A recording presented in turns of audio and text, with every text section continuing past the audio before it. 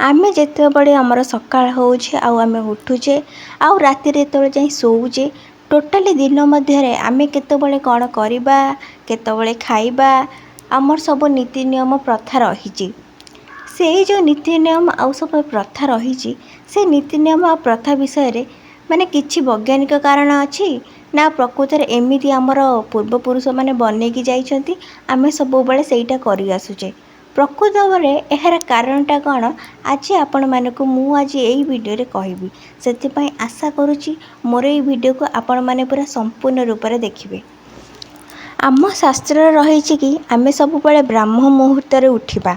ब्राह्म मुहूर्त आमर प्रकृत में आरंभ हो जाए आमर 3टारू 5टा अथच अति बेसी है 6टा माने यही समय भितर सब आमर कहते कि जल्दी उठी जावा कथा।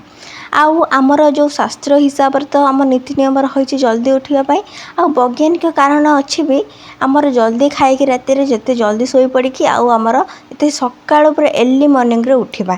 तो यहीटा पचर कारण कौन आम जो पूर्वपुरुष मैंने कहीकि जाइछन्ति कि आपण मैंने ब्राह्म मुहूर्त उठे तार पचर कारण होउछि ब्राह्म मुहूर्त उठिले आम शरीर सुस्थ रही थाए आउ आमको कौनसी रोग भी हो न थाए जेतेबळे जेहेतु से परिवेशटा पूरा शांत थाए से समय रे पाठ पढ़िले आमर पाठ भी मन रहे।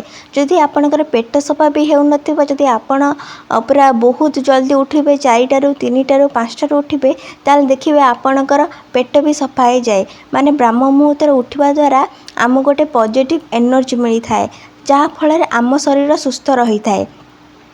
तापरे बहुत जन कही था गाधेवा आउ जिते जल्दी आमर ब्रेकफास्टा करदेवाई माने आम जब ब्राह्म मुहूर्त माने गाधेकी आम जल्दी ठाकुर पूजा करी खाऊचे ताले ता फल भी आमर देह भी बहुत भल स्वास्थ्य रही थाए। यहीटा तो हूँ आम कारण जे ब्राह्म मुहूर्त उठिले आम शरीर भल रही थाए जोटार वैज्ञानिक कारण रही आमर शास्त्र मत हिसाब से रही कि ब्राह्म मुहूर्त उठापी।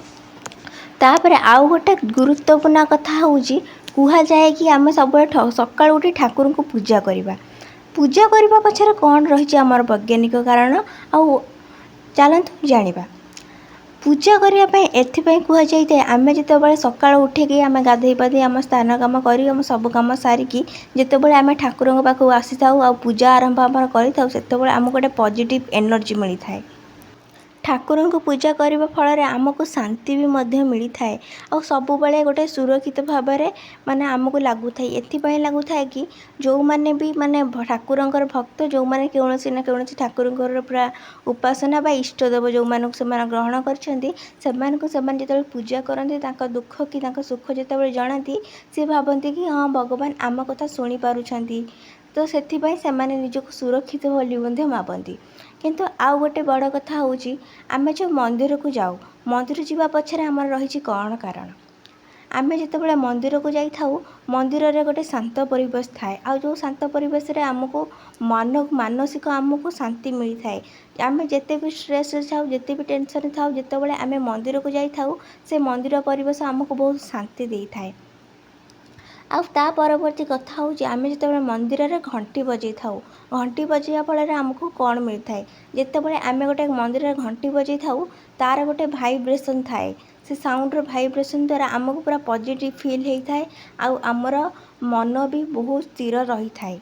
आउ आमर सबुठ बड़ नीति नियम हूँ आमर हिंदू धर्म हिसाब रे माने सनातन धर्म तो आदौ कह जाए आमिष खाइबा कथा नुहे तथापि बहुत लोक अच्छा आमर आमिष प्राय 90% लोक खाती किंतु बहुत लोक जो मैंने भी आमिष खाती से मैंने बार मानिकी खाती जमीक संक्रांति रे खाइबेनी अमावास्या खाइबेनी आ बहु जन अच्छा सप्ताह केते बार करती था कि आम से बार आमिष खाइबा आई बार आमिष खाइबानी। तो यह पछर मुख्य कारण हूँ आमिष साधारणतः आमर हजम हबारे बहुत माने समय जाए आमिष खाइबा द्वारा बहुत बड़ बड़ रोग आमको होता है जमी हार्ट अटैक होता है ब्रेन स्ट्रोक होता है आम डायबिटीज ब्लड प्रेशर तो यही सब रोग सब आमको होता है से कह जाए कि आमिष खाइबा कथा नुहे जोटा कि आमर जो अच्छी वैज्ञानिक मत हिसाब से भी कह जाए आमिष भक्षण कम करने आ सनातन धर्म आदौ कह जाए।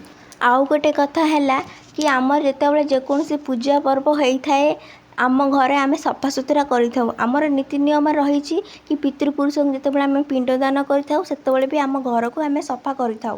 ଏଇ ଯେଉଁ ସଫା କରିବା ଫଳରେ ଆମର ତ ନୀତି ନିୟମ ତ ରହିଛି, କିନ୍ତୁ ଏହା ବ୍ୟତୀତ ଆଉ ଗୋଟେ କଥା ହେଉଛି କି ଆମ ଯେତେବେଳେ ପରିବେଶକୁ ଆମର ସଫା ହେଇଥାଏ, ଆମେ ଯେତେବେଳେ ଆମର ଯେକୌଣସି ପୂଜା ଆରମ୍ଭ କରିଥାଉ କିମ୍ବା କରିଥାଉ କହିଛନ୍ତି ଶୁଦ୍ଧ ହେବା ପାଇଁ, ଯେଉଁଥିରେ ଆମେ ଯଦି ଯେତେବେଳେ ଯେକୌଣସି କାମ ଗାଧେଇ ସାରି କରିଥାଉ ଆମକୁ ସେତେବେଳେ ଗୋଟେ ବହୁତ କମ୍ଫର୍ଟେବଲ୍ ଫିଲ୍ ହେଇଥାଏ। ସେ କାମ କରିବାରେ ବହୁତ ଭଲ ଲାଗିଥାଏ। ଆଉ ସେଥିପାଇଁ ସବୁବେଳେ କୁହାଯାଇଛି କହିଦେଇଥାଏ କି ଯେକୌଣସି କାମ କରିବା ପୂର୍ବରୁ ଧର ପାଠ ପଢ଼ିବା ପୂର୍ବରୁ ବହୁତ ଜଣ ବି ଗାଧେଇକି ପାଠ ପଢ଼ନ୍ତି, ଖାଇବା ପୂର୍ବରୁ ବି ବହୁତ ଜଣ ଗାଧେଇ ପାଧେଇକି ହିଁ ଖାଇଥାନ୍ତି। ଦୁନିଆରେ ବି ବହୁତ ଲୋକ ଅଛନ୍ତି କି ଯେଉଁମାନେ ନ ଗାଧେଇଲେ ଖାଦ୍ୟ ଖାଆନ୍ତିନି, ଏମିତି ବି ବହୁତ ଲୋକ ଅଛନ୍ତି। ସେଥିପାଇଁ କୁହନ୍ତି ପରିଷ୍କାର ପରିଚ୍ଛନ୍ନ ହେଇ ନିଜର ସବୁ କାମ ଆରମ୍ଭ କରିବା ପାଇଁ, ଯାହାଫଳରେ ଆମ କାମ କରିବାରେ ଆମକୁ ମନ ଲାଗିଥାଏ। ଯଦି ମୋର ଏଇ ଛୋଟ ଭିଡ଼ିଓଟି ଆପଣଙ୍କୁ ଭଲ ଲାଗିଥାଏ ତେବେ ଚ୍ୟାନେଲଟିକୁ ନିଶ୍ଚିତ ଲାଇକ୍ କରିବେ, ସେୟାର କରିବେ ଆଉ ସବସ୍କ୍ରାଇବ୍ କରିବେ। ଯଦି ମୋର ଫେସବୁକ୍ ପେଜ୍ରେ ଦେଖୁଛନ୍ତି ନିହାତି ମୋ ଫେସବୁକ୍ ପେଜ୍ଟାକୁ ଫଲୋ କରିବେ।